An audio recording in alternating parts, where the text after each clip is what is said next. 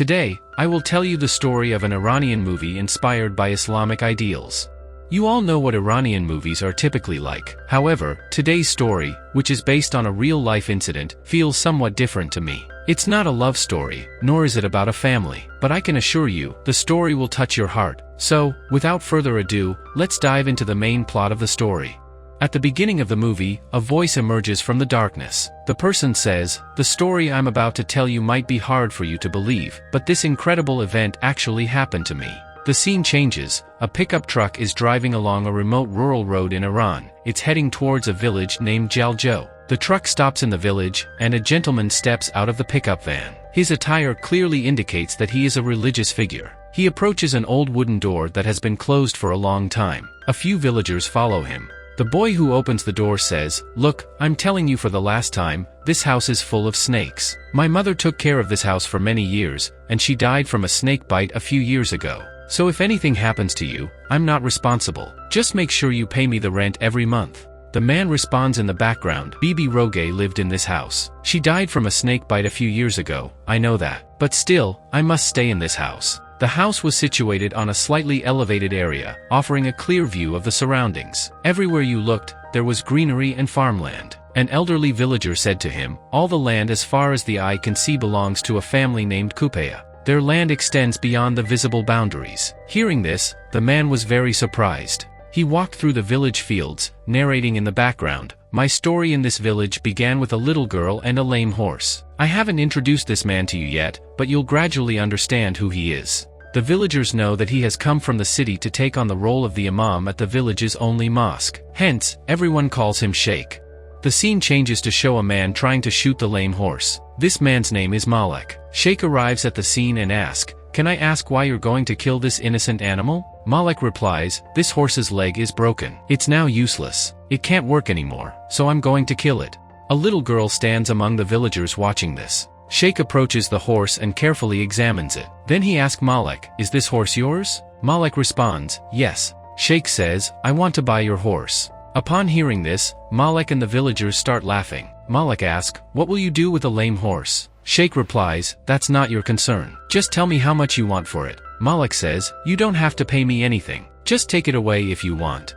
Sheikh insists, "That won't do." He takes some money out of his pocket and says, "Take as much as you need from this." The little girl's face lights up with a smile as she watches this. The little girl then starts running happily along the rural path.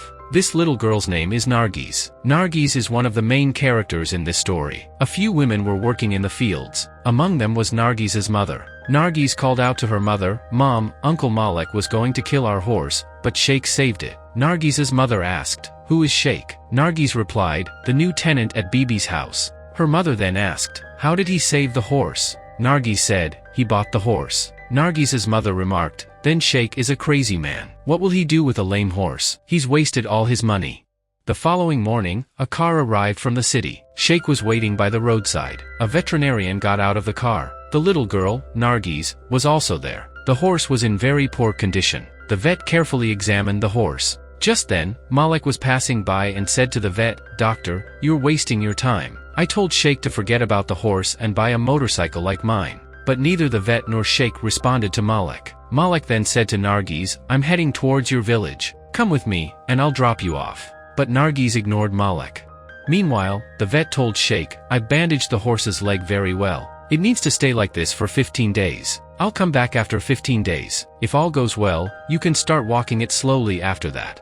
Hearing this news, the little girl Narges was happily heading home. Suddenly, Malek approached her and stopped his bike. He said to Narges, "You used to love riding on my bike, but today you ignored me in front of everyone. Now get on, and I'll take you home." Fearfully, Narges got on the bike. In essence, Narges's father is no longer alive. Malek had a fondness for Narges's mom and wanted to marry her, but neither Narges nor her mother liked Malek at all. So upon seeing Malek from a distance, Narges's mother immediately went inside the house and shut the main door.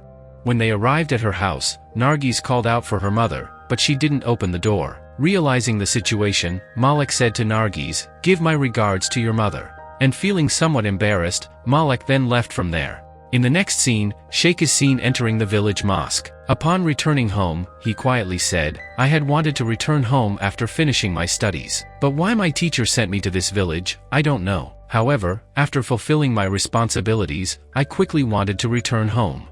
The following day, Narges went to school. She was participating in class with everyone else, but she repeatedly imagined that Malek might kill Sheikh. However, the teacher returned Narges to reality. After school, Narges walks along the village road to return home. On the other hand, Sheikh now regularly prays at the village mosque. The villagers respect him a lot. In this way, 15 days pass by. That lame horse can now walk slowly. Seeing the horse walking, the little girl Narges becomes very happy. Sheikh continues to lead the horse towards the open field. Seeing the horse walking from a distance, Malek seemed unable to believe his own eyes. In this way, Sheikh took care of the horse for several days, and gradually, the horse recovered. Now, the horse has no more problems. Finally, Sheikh takes his horse to his house on the mountain peak. That night, there was heavy rain outside. Sheikh was quietly saying to himself, "I still couldn't tell the villagers why I came to this village." From that day on, Sheikh began writing a diary. At the beginning of writing, he wrote 3 words: sunlight, moonlight, and earth, which are the names of this movie. In the next scene, Malek comes to Sheikh and brings some things of the horse. He gives these things to Sheikh. From a distance, Narges always watches the horse, and she is very happy in her heart. Sheikh again continues from the background, saying, "I still can't tell the people of this village why I came here, what is my purpose. But I want to tell you all that. 2 months ago, my favorite teacher, Muhammad Hassan Najafi, died. He liked me a lot, but before he died, he transferred all his property to my name. And he wanted me to come to this village at least once. And my teacher was the last heir to that Kupaya family of this village. He hasn't come to this village for the last 50 years. And after coming to this village, I understood how big an owner of property I am. Now all the land here is mine. Except for a few plots in this village, everything is mine. But I still haven't been able to tell the villagers this." The next day, the village school's principal invites Sheikh to attend a special event. He explains that the next day, 2 young girls would reach adulthood according to Islamic law, so a special ceremony has been arranged for them. Sheikh said, "I will definitely attend."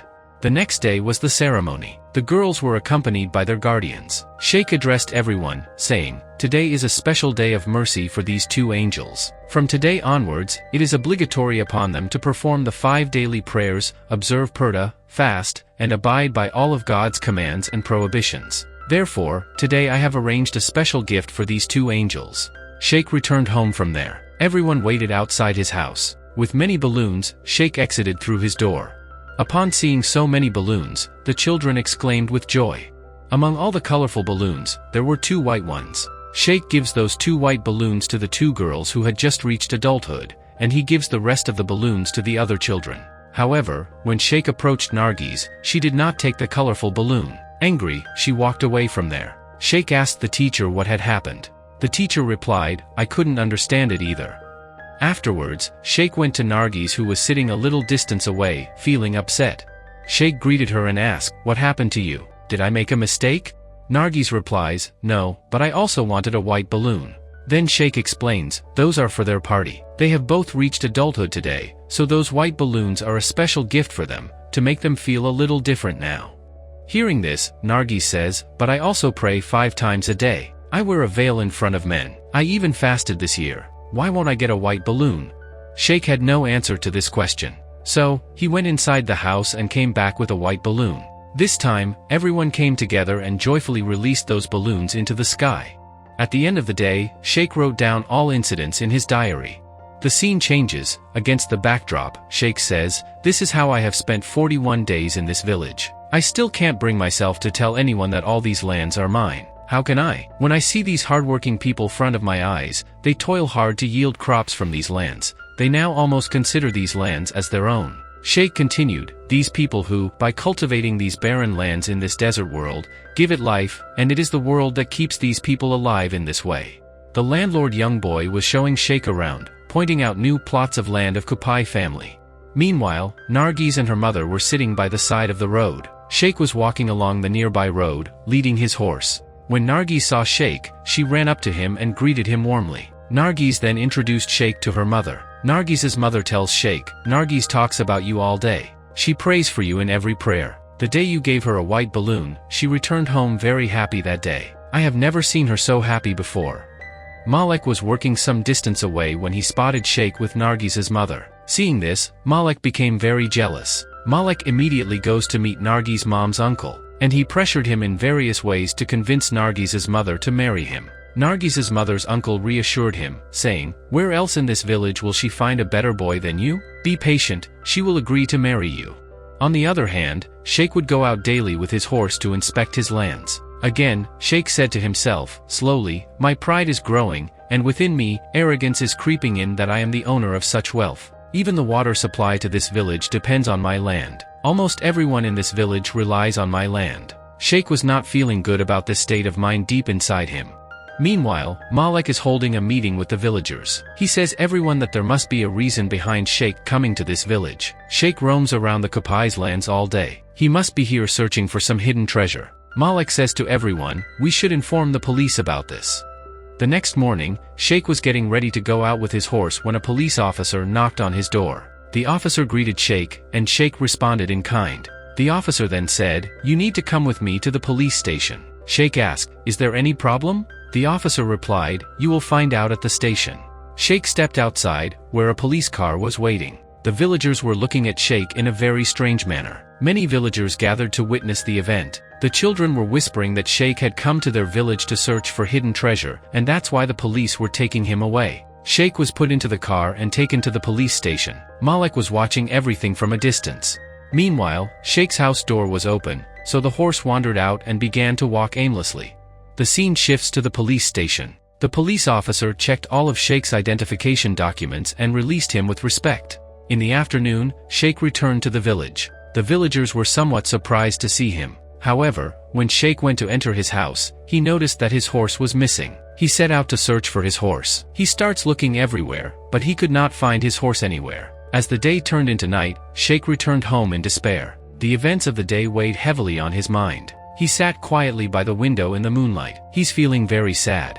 The next day, as Sheikh was returning to his house, just then Narges, running after him and shouting, calling him by his name. Sheikh turned around and started to descend toward her. The little girl, panting, told Sheikh, "Your horse came to our house last night. My mother took care of it and asked me to let you know." Sheikh then said to Narges, "You gave me very good news. But remember, you didn't greet me first. When you meet someone, greet them first." The little girl Narges then greet him.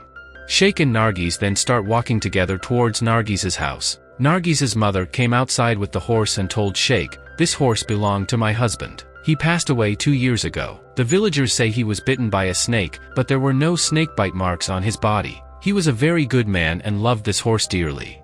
Sheikh replied, "May the God grant your husband paradise." Sheikh then said goodbye to Narges' mother, and left from there.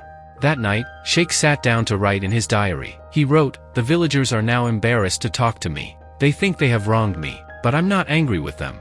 The next day, a large crowd gathered in front of a house. Someone had passed away. The villagers were murmuring among themselves, concerned about how they would approach Sheikh after having wronged him. Malek suggests, "I will go to the city and bring another imam." An elderly man responds, "It will take too long to go to the city and bring another imam."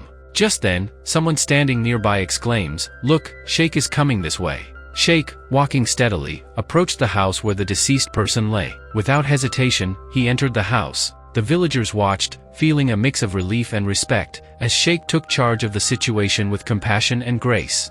The scene shifts to a procession carrying the body towards an open field where the funeral prayer will be held. From the background, Sheikh says, "From this day on, my relationship with the villagers improved once again."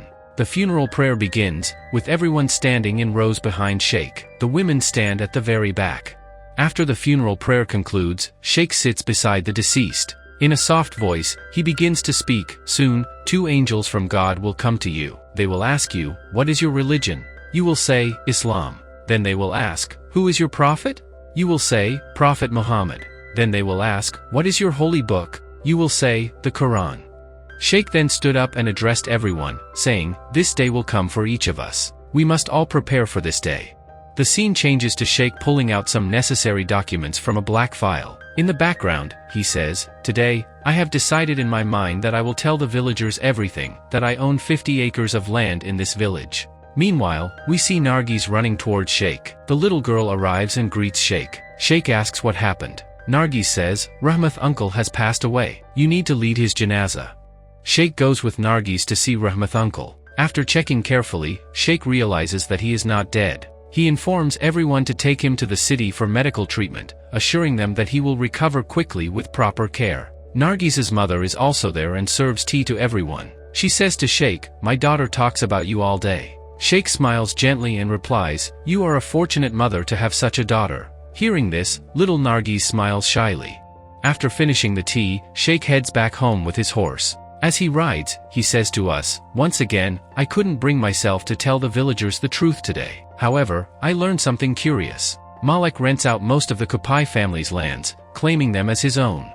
The scene shifts to Friday, the day of prayer. Everyone was entering the mosque for prayers. Men prayed on the ground floor of the mosque while women prayed on the upper floor. The little girl Narges had come to pray, but she suddenly remembered that she had forgotten her prayer shawl. She ran to the school gate because she had left her prayer shawl there. She informed a woman in charge at the school about this. After the prayer that day, Narges noticed that Malek was trying very hard to establish a good relationship with Sheikh. He was being very polite and friendly with Sheikh. Sheikh also observed this behavior closely and was very aware of Malek's intentions.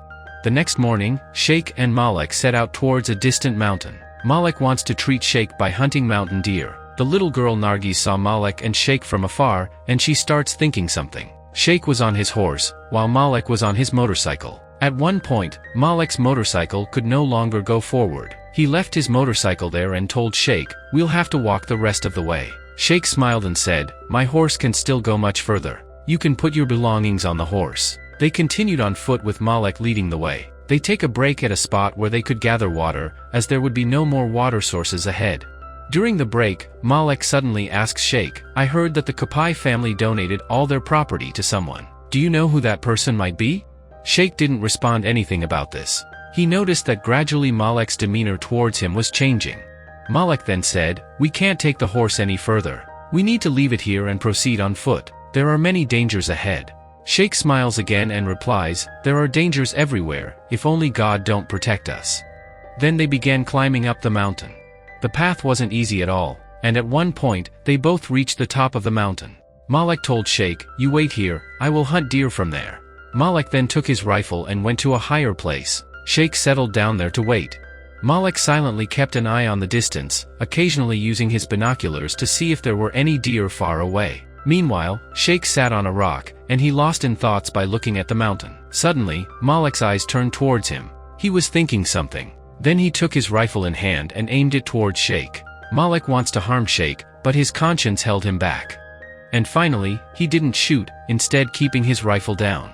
Afterwards, they left that place and continued climbing higher up the mountain. Sheikh, speaking from the background, said, I knew this place, where Narges's father passed away. People say he fell from the mountain in fear of a snake bite, but now I feel it might have been a false to me. On the other hand, Malek continued to keep an eye on all sides. At that time, Sheikh was trying to light a fire by gathering some dry twigs and leaves. Seeing the smoke of the fire, Malek asked him, what you are doing? If so, the deer will run away. Sheikh replied, I have enjoyed today's journey a lot. Now let's come together and have tea. I already knew that there are no deer here during the hot season.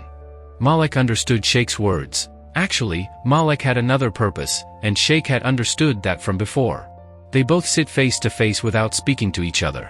Then, from the background, Sheikh informs us that he had learned that Malek's violence towards him that day was not about acquiring any land. It was primarily directed at Narges's mother. For a long time, he has been trying to marry her, but Malek might think that Narges's mother likes Sheikh. The next day, Sheikh was sitting in the mosque addressing everyone in the village. He said, Almighty God has created this world with great care. As you all know, this world is constantly rotating, but it rotates at a very slow pace. The reason for this is that the Almighty God has instructed us to wander on the shoulder of this earth. The life of this world is like a fleeting journey for us. To enjoy this fleeting journey, God has arranged everything. The scene changes, the village school has closed for vacation. Today marks the beginning of the children's summer break. The school will remain closed for many days. Narges stood silently outside the school for a while. Then she went to Sheikh's house to bid farewell to his horse. Narges said goodbye to the horse because she wouldn't be able to see it for many days to come. Just then, Sheikh arrived there, and Narges greeted him. Sheikh replied to her greeting. The little girl Narges took out a piece of cloth from her bag and handed it to Sheikh, saying, "My mother asked me to give this to you." Sheikh unfolded the cloth, and upon seeing it, he understood why Nargis's mother had given it to him. It was a kind of marriage proposal.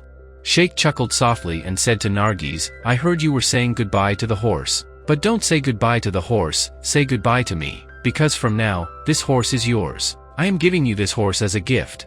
A smile spread across Nargis's face.